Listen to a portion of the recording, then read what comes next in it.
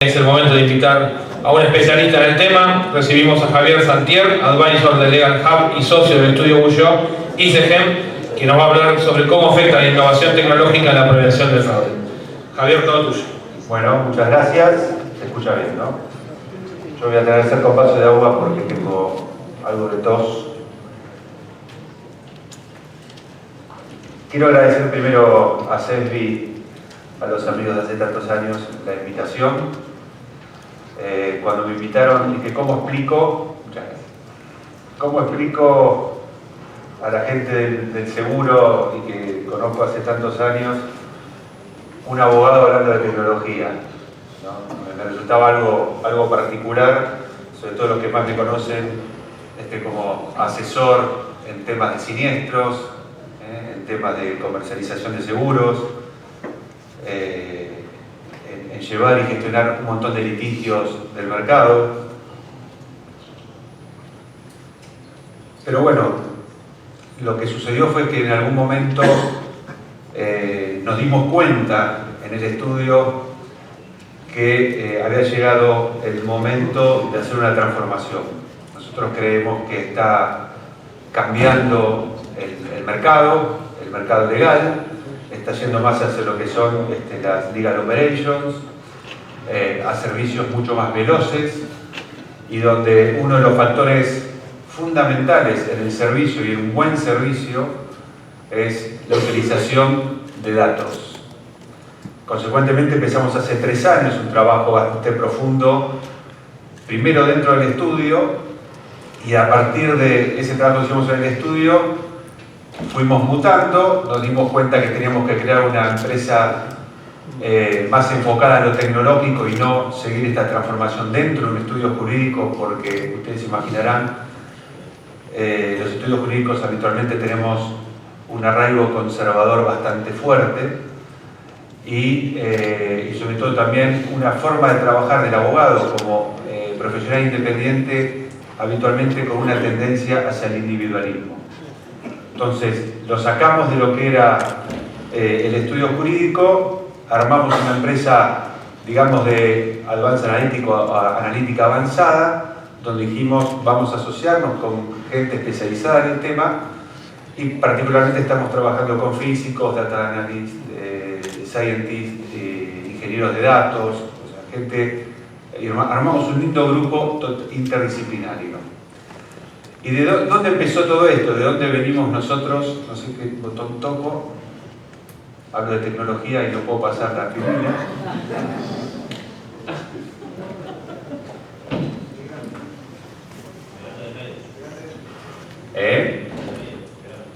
Sí, le estoy dando el medio.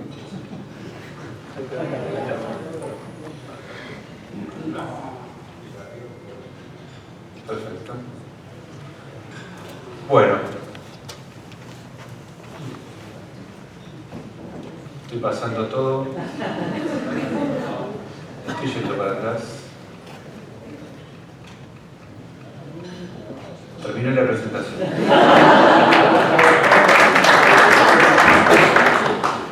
Bueno. Partamos que nosotros somos aproximadamente 200 personas trabajando en el estudio jurídico, de las cuales, le diría, la mitad somos abogados y la otra mitad seres humanos. Y cuando nos agarró esta locura de empezar a trabajar con datos,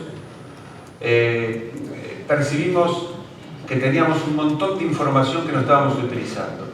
Estábamos gestionando más de 30.000 juicios, estábamos recibiendo más de 1.000 reclamos tanto de consumidor como de siniestros mensualmente.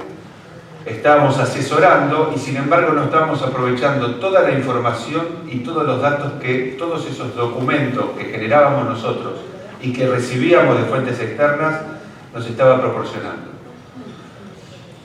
Este es un dato que a mí me parece interesantísimo. Hasta el 2003 toda la humanidad generó la misma cantidad de datos que los que se generan hoy en día en 10 minutos. Lo de Oscar era simplemente ver la cantidad de posibilidades de accesos a páginas y a generación de datos que nosotros diariamente estamos haciendo, da una pauta de toda la información que está disponible y que se puede llegar a aprovechar para un montón de funcionalidades.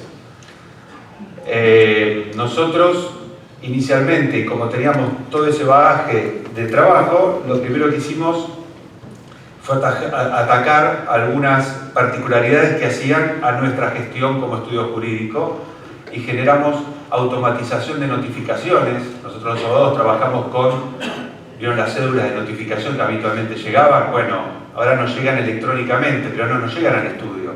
Hay que diariamente tener personas que ingresen a un portal de la Corte Suprema en Capital Federal para bajar todas las notificaciones que ese día puede haber sido dirigida a alguno de los 100 abogados que tenemos en el estudio. Eso implicaba un montón de recursos y un trabajo manual, que si alguno se olvidó de ingresar, podríamos haber corrido el riesgo de no habernos enterado que estábamos notificando de una resolución importante de un cliente. Entonces lo que hicimos fue generar un robot que automáticamente y diariamente, cada una hora, va, ingresa, baja las notificaciones y las reparte entre los abogados. El primer dato. El segundo fue compartir el conocimiento. Como yo les decía, yo hoy puedo estar haciendo un dictamen sobre un tema de seguros en el estudio y para que otro pueda servirse de ese conocimiento que generé yo, tendría que acceder a nuestro sistema de gestión y yo debería haber sido muy prolijo en poner un título que sea fácilmente buscable por esa persona. Entonces, este sistema y con la cantidad de documentos que nosotros generábamos, no funcionaba. No se compartía conocimiento salvo con el que estaba al lado. ¿Alguna vez escribiste sobre esto? ¿Tuviste un caso donde te pasó tal cosa? Y bueno, a veces sí pasaba, uno lo hablaba con otro, pero nos estábamos perdiendo el conocimiento de los otros 98 o 99 abogados que podrían haber tenido una experiencia. Otro de los puntos que hicimos fue optimizar la búsqueda de información. Y les pongo esta imagen porque es cómo lo hicimos y cómo compartimos el conocimiento y cómo optimizamos la búsqueda de información. Nosotros detectamos que en el estudio teníamos 4,5 millones de documentos generados por nosotros mismos que estaban en nuestro sistema. Pero no teníamos ni idea de lo que era cada documento ni cómo poder acceder al contenido de esos documentos o si algo que había en alguno de esos documentos nos podía ser útil. Entonces lo que generamos fue un buscador tipo Google, un buscador profesional que la particularidad que tiene y que fue la base de lo que después terminamos haciendo y llegamos hasta fraude fue que trabaja sobre texto desestructurado. Nosotros ya no tenemos, no necesitamos, o como trabajan habitualmente las editoriales de derecho, que si uno quiere buscar sobre una temática tiene que cargar, tiene que haber una voz que alguien seleccionó y que escogió determinado fallo sobre ese tema o determinada doctrina. Nosotros hoy accedemos a un buscador y podemos buscar. Si el texto que nosotros cargamos en el buscador está en algún documento de nuestra base interna, nos va a traer todos esos documentos desde esa palabra, sea una o combinada. Y a su vez también enriquecimos ese buscador con fuentes externas, no nos quedamos con la propia, sino que lo primero que hicimos fue bajar todas las sentencias que se habían generado inicialmente en el Fuero Civil de la Capital Federal. Entonces tenemos, hasta una fecha determinada, tenemos 25.000 sentencias, por ejemplo, bajadas, y bajamos permanentemente todos los meses las sentencias que se van dictando. Y como les decía, como nosotros tenemos búsqueda desestructurada, podemos buscar sobre cualquier temática, cualquier novedad que haya en una sentencia que se dictó ayer. Este es les diría que es el gran valor que tiene el buscador, que fue nuestro inicio en el trabajo que empezamos a encarar dentro del estudio. Después, obviamente, el tema de haber accedido a fuentes externas con un montón de información de sentencias a nosotros nos daba, diría, un upgrade importante en el servicio. Porque si yo tengo todas las sentencias, le puedo decir a un cliente con mucha más precisión qué es lo que le puede pasar en ese juicio si le tocó determinado juez. Porque como las sentencias, como yo puedo ingresar a las sentencias y puedo buscar cualquier palabra, puedo poner, la palabra puede ser el nombre del juez sobre determinada temática que a mí me interese porque estoy llevando un caso y decir, este juez cuando tiene determinada temática está fallando de esta manera. Entonces ya no es una idea vaga y genérica de lo que pasa en la justicia, los jueces dicen tal cosa, es el juez que me tocó a mí dice tal cosa respecto del tema que yo estoy tratando con él. Y no solamente respecto de criterios jurídicos, sino también respecto de, obviamente, criterios económicos, tasas de interés. Creo que estamos bastante asustados todos en un montón de estas cuestiones últimamente.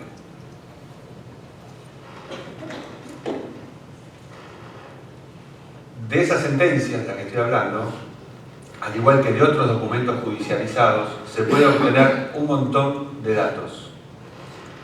Hay personas, hay reclamantes, hay demandados, hay citadas en garantía.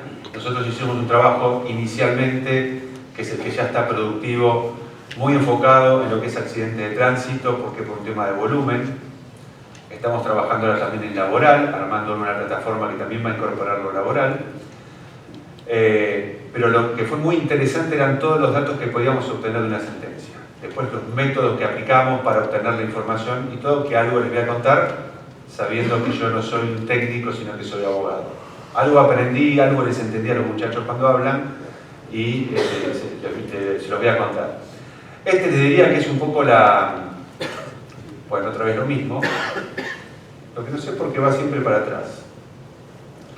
Este es el videito, bueno. Otra vez va a tener que hacer todo.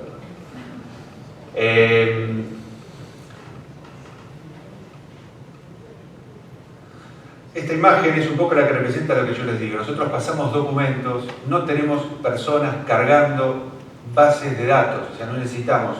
Imagínense ustedes, para bajar 25.000 sentencias y que las personas yo les diga, bajame incapacidad sobreviniente el rubro, cuánto dio cada juez, bajame el nombre de cada persona, imagínense armar una base de datos sobre 25.000 sentencias, ¿cuánto tiempo podríamos haber estado haciendo esto? Y esto nosotros lo iniciamos, les diría que lo que fue la bajada de sentencias y el procesamiento de la información de la sentencia no nos llevó más de 2 meses.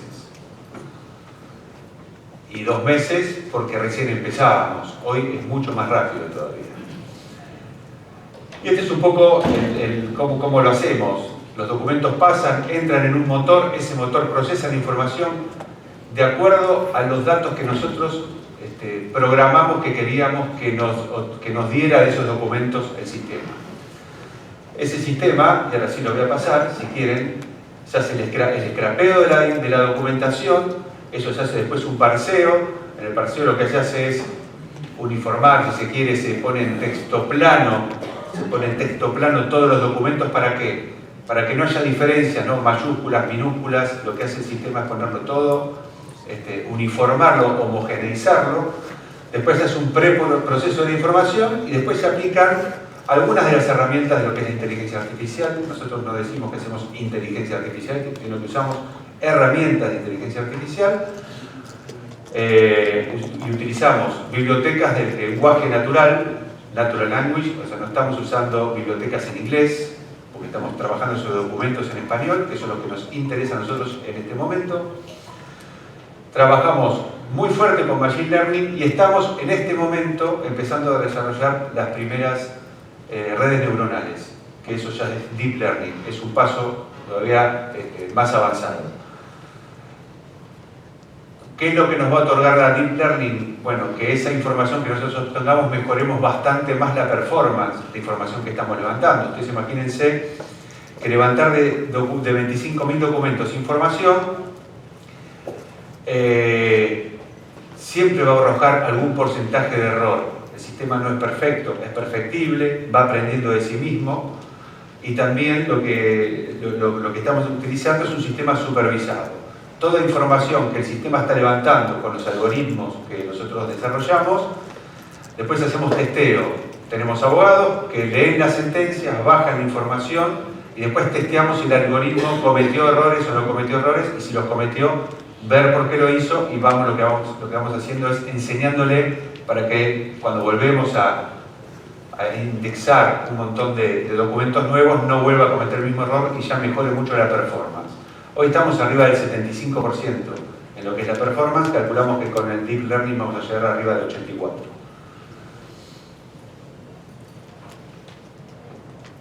Bueno, acá simplemente yo creo que la imagen del cardumen es algo que, sobre todo en fraude, a mí me gustó mucho la imagen, y la frase que dice esta Filmina. Es verdad que en general las organizaciones, y nosotros como estudio jurídico lo éramos, era una organización que para el estudio jurídico con más de 200 personas trabajando, creo que tenemos esa característica de organización. Es verdad que se trabajaba con información histórica, muchas veces inexacta, y muchas de las decisiones que tomamos las tomamos sobre, les diría, criterios bastante intuitivos, de intuición.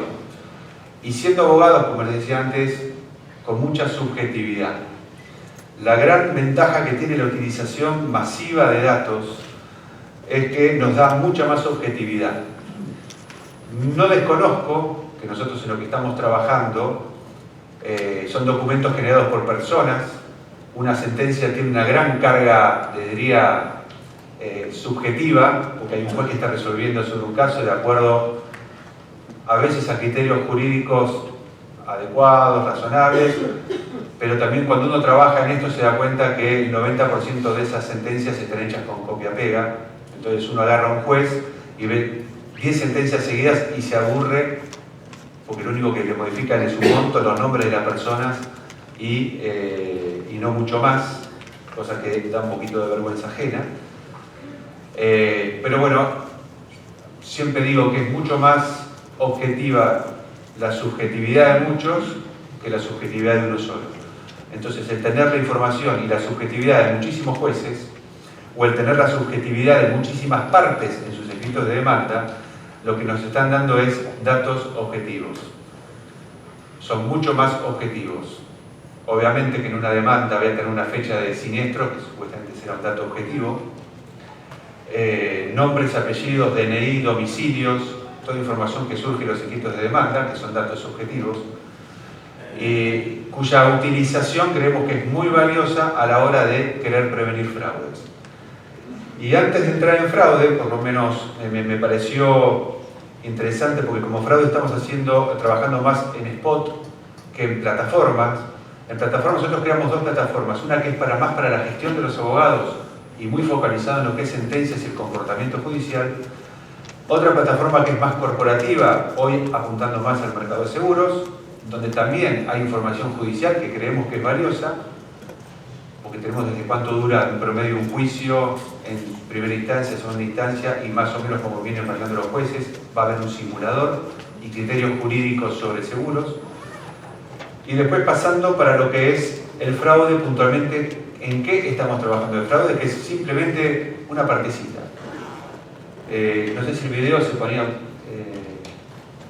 Bueno, esto es un poco una muestra de lo que es la plataforma en lo que hace al comportamiento del mapa judicial. En primera instancia tienen cómo, si tienen accidentes de tránsito con lesiones, cómo vienen fallando los jueces, cuál es el plazo que está durando. 56 meses dura, por ejemplo, hasta que se dicta sentencia de primera instancia en Capital Federal, y después hay casi 10 meses más. Los puntos de incapacidad, qué valores, qué porcentajes son los más comunes. Después, cuando pasa de primera a segunda instancia, habitualmente cuál es la demora que está teniendo cada una de las salas. Esta información es muy útil a la hora de cuando uno tiene una sentencia y apeló un fallo, sabiendo cuánto falla la Cámara, cuánto le falló en primera instancia, si le conviene intentar llegar a un acuerdo antes o no, de acuerdo a la tasa de interés que aplique, cuánto están los valores de sala, el valor punto. Uno puede elegir acá las salas, por ejemplo, estas son las salas de la Cámara Civil. En la Cámara Civil en la Capital Federal tiene 13 salas, y puede hacer una comparativa entre las distintas salas, entre los distintos jueces, de cómo se viene fallando. Acá nosotros lo que trabajamos fue puntualmente los dos rubros indemnizatorios más importantes, que son el daño moral y el daño psicofísico. Y después en criterio de seguros, no sé si esto, bueno, lo quería parar. En criterio de seguros lo que hicimos fue, los hice pasar bastante hoy. Pasa que me gusta mucho la presentación. Lo voy a volver atrás. Lo que hicimos en ese cuadro es poner las 13 salas de la Cámara Civil y pusimos inicialmente 4 temas de seguros que son importantes a la hora de poder tener que tomar una decisión con los casos. Y es cómo está fallando cada una de esas salas respecto del límite de cobertura, tema que creo que en responsabilidad civil todos sabemos que es un tema bastante complejo en este momento. Tema franquicia, que les diría que ya es uniforme la resolución de todas las salas, que mantiene el criterio que se adoptó en su momento con la franquicia de transporte público pasajeros. Después, en falta de pago del premio, cómo están fallando cuando la compañía opone la excepción de falta de pago del premio. Y el otro tema, que no es menor también, es el tema de las exclusiones de cobertura. En ese cuadro lo que ustedes van a poder es ingresar a cada sala. Si a uno apela una sentencia y va a la sala A y tiene que justamente discutir un tema de límite de cobertura, o a la sala K, que es famosa por todo el mundo la conoce, la K, bueno, ingresando esto ya puede saber qué criterio tiene esa sala respecto de ese tema y en qué fallo fijó ese criterio, o cuál es el último fallo en donde trató ese criterio. Y nosotros lo pusimos con colores, porque como es una plataforma para el mercado de seguros, obviamente lo rojo es negativo, lo amarillo es que ha tenido un comportamiento, decisiones que no son uniformes, de acuerdo a las circunstancias puede haber algún elemento para irse hacia un lado hacia el otro, y en verde es que han sido favorables al planteo que hizo el asegurador respecto de estos temas. Y después en el tema de fraude, como les decía, piensen que nosotros venimos muy del palo de los juicios civiles donde defendemos a las compañías de seguros contra los reclamos de terceros, obviamente de incumplimiento del contrato, pero nosotros nos focalizamos en lesiones. Es verdad que hay varias modalidades de fraude. No nos interesó en este momento poner a utilizar la herramienta a los efectos de determinar indicios de fraude de caranchos por las características del caso, lo que fuere, sino de algo que era bastante más simple y que a mí me surgió hace unos años, sobre todo hablando con un juez. Y él me decía, ¿vos sabés lo que yo hago? Cada vez que tengo que dictar una sentencia, donde tengo un motoquero reclamando, y entro al PJN, que es el portal del Poder Judicial de la Nación, y le pongo el nombre a ver si me sale que tiene otro juicio, porque si un motoquero capaz que ya reclamó y me está reclamando las mismas lesiones. Es verdad que el portal del Poder Judicial de la Nación es bastante malo, es bastante difícil para trabajar, sobre todo en el tema de fraude, pero bueno, él por lo menos se tomaba ese pequeño trabajo y me dice, no, de vez en cuando he agarrado algún que otro caso, pero fíjense que era algo totalmente voluntarista. Él lo hacía porque le pareció que lo tenía que hacer, pero no era algo uniforme que se hiciera entre todos los jueces. Y lo que es más grave es que él entraba con un nombre que era el de la persona, pero lo único que te da el PJN es una carátula. Y las carátulas pueden ser y otro, y nos estamos perdiendo información de otras personas que están reclamando y que él desconoce. Pero lo que sí, uno veía, y de vez en cuando, aplicando la intuición y la experiencia,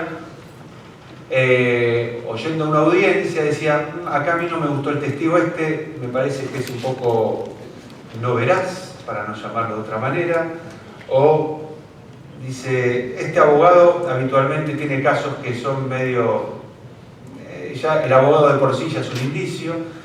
Entonces dijimos, bueno, ¿por qué no atacamos primero estos puntos?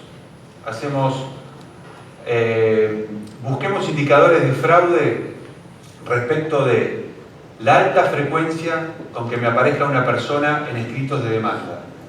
Obviamente yo me tengo que nutrir de escritos de demanda para poder pasarlos por mi motor y, pasado por mi motor, levantar los nombres DNI y los individuos, y de esa manera después hacer los cruces para ver si ese individuo tiene varias demandas iniciadas y si aparece en algunas demandas o distintas demandas, ver si solamente aparece con un rol, que es el de actor. Podría aparecer con el mismo estudio jurídico como abogado, podría aparecer, con el mismo estudio jurídico como demandado, podría aparecer como testigo, o sea, cumpliendo otro tipo de roles.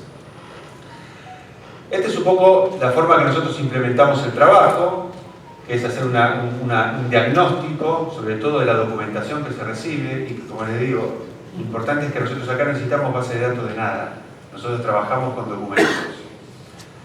Hacemos un procesamiento de los datos, donde se normaliza, que es lo que explicaba hoy. Después utilizamos el know-how, que es la gente que está trabajando, sobre todo los técnicos que están trabajando en el Legal Hub. Se hacen los análisis exploratorios y después ya directamente se va al modelado, donde los algoritmos empiezan a trabajar y a detectar, ¿no?, los individuos, y van generando una base de datos donde se va a identificar cada individuo con un caso, con un juzgado donde tramita el caso, y toda esa base de datos que se va generando igual queda, y es un repositorio para poder consultar en cualquier momento. Y después es un reporte final. Como yo les decía, inicialmente en este momento nosotros estamos trabajando en el tema fraude más tipo spot. Esto que es, nosotros si queremos investigar tal cosa o tenemos dudas en determinada jurisdicción y se forma una comunidad o una sociedad ciega donde se depositan las demandas, nosotros hacemos el trabajo y entregamos la información.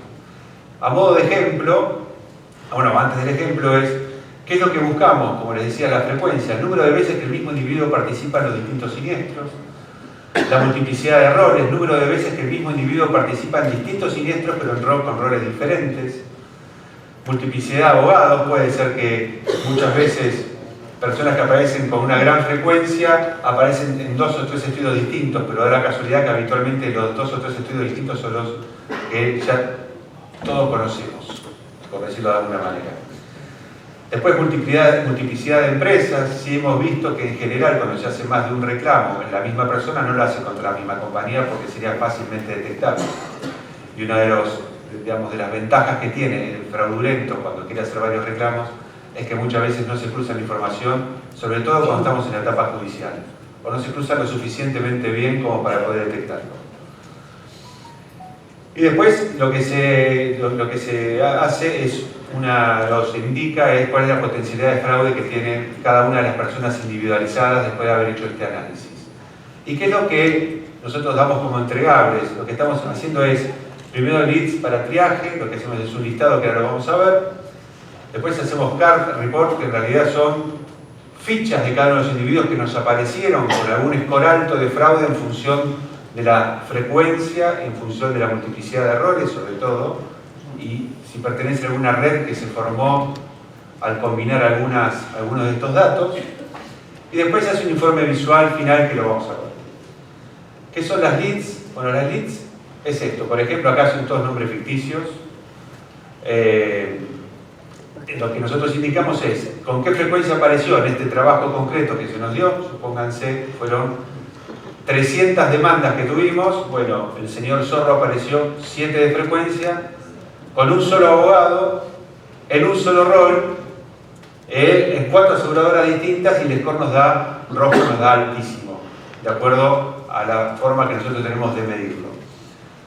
El segundo individuo también tuvo frecuencia 7, con la diferencia que estuvo con distintos abogados y tuvo 2 roles que cumplió, que ahora lo vamos a ver. Por ejemplo, del primero, que era el señor Zorro, nosotros entregamos una ficha donde individualizamos a la persona con su DNI, ponemos un resumen, que es lo que sale de las leads, con su DNI, la frecuencia que tuvo, un solo rol, y acá abajo indicamos en qué compañía aparece, espero que no exista ningún nombre porque inventé, en qué juzgado esta persona está actuando bajo el rol que figura en cada uno de estos renglones, en qué número de expediente judicial, quién es el abogado, acá pusimos Rubén Malandra,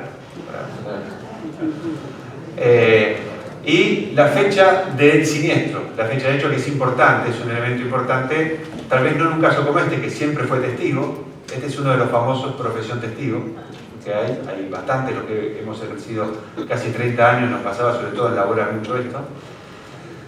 Y por ejemplo, en el segundo de los casos, que es el señor Barata, también aparecía con frecuencia 7, pero vean que esta persona con el mismo abogado, salvo en un par de siniestros, aparece con distintos roles. Ahora, cuando una persona aparece con distintos roles y con un mismo abogado, es evidente que ya forma parte de, está trabajando para esa persona, hay algo más que una simple coincidencia. Y lo que sí hacemos es, en los casos en que hay multiplicidad digamos, un único rol que es el de actor, es sí detallar cuáles son los daños que se reclamaron en la demanda desde el punto de vista físico. ¿Cuál es nuestra idea? Nuestra idea no es simplemente con esto hacer una causa penal, después eso cada compañía lo analiza con sus abogados o nombra investigadores, porque esto es un primer paso para después accionar de distintas maneras. Lo que sí a mí como abogado me interesaría muchísimo poder contar con esta herramienta cuando tengo que contestar una demanda, porque yo puedo saber si los testigos que me están ofreciendo en el juicio ya sé que tienen un alto indicador de fraude, entonces yo ya sé cuando voy a una audiencia cómo tengo que comportarme y cómo tengo que plantearme el tema, cómo tengo que preguntar. ¿Para qué? Para que esto termine después en un falso testimonio y fortalecerme en mi defensa en el juicio.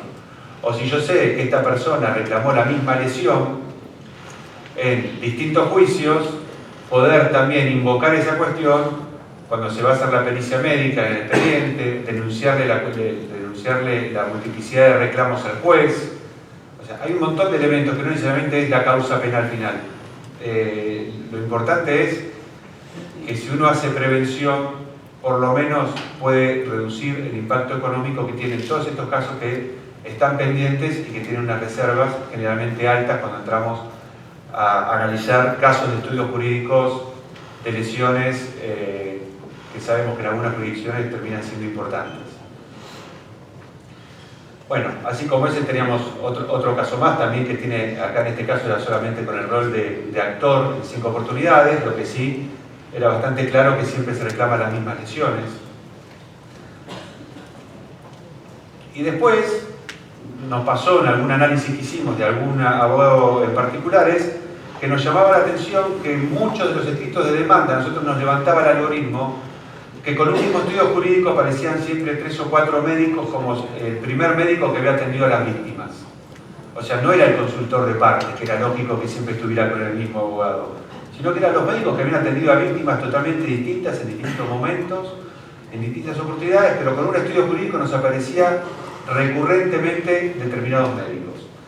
Bueno, entonces hicimos específicamente una ficha con los médicos, donde también pusimos los datos y del juicio en el que este médico aparece como primer médico que atiende a la víctima, fecha de los siniestros, y esto eventualmente es algo que yo creo que puede servir para una etapa de investigación posterior, que me parece que hasta podría ser la fuente tal vez de ingreso de los casos del abogado, no lo sé.